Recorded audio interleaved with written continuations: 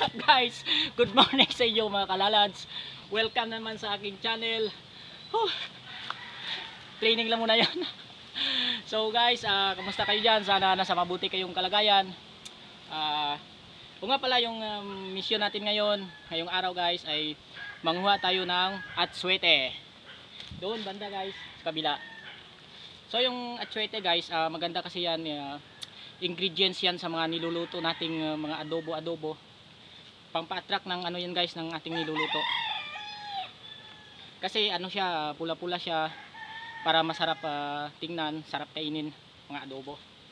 Yung tawag sa amin yan guys, doon sa amin sa Antique, Twitis guys.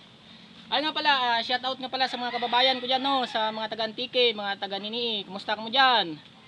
Kabay pa, okay ka mo dyan, dyan sa barangay ko, Barangay Magdalena, Sitio Ganipa, Pait, Panabigan, Dawis, Laek, Dungkaan, Igbasya. So enjoy lang kita guys, no, kag sa aking pamilya dyan sa Barangay Tumaram.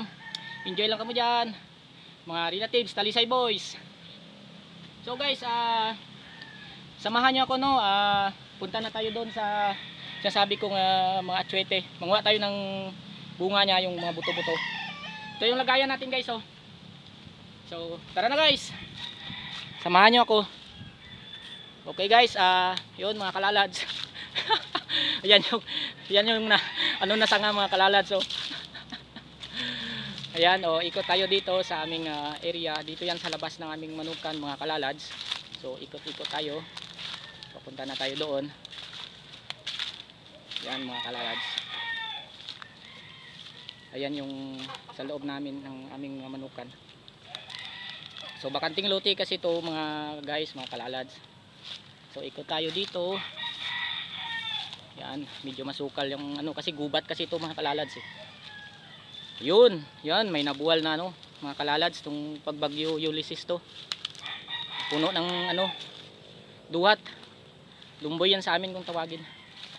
So ito na tayo, dito na, papunta na tayo doon. Yan.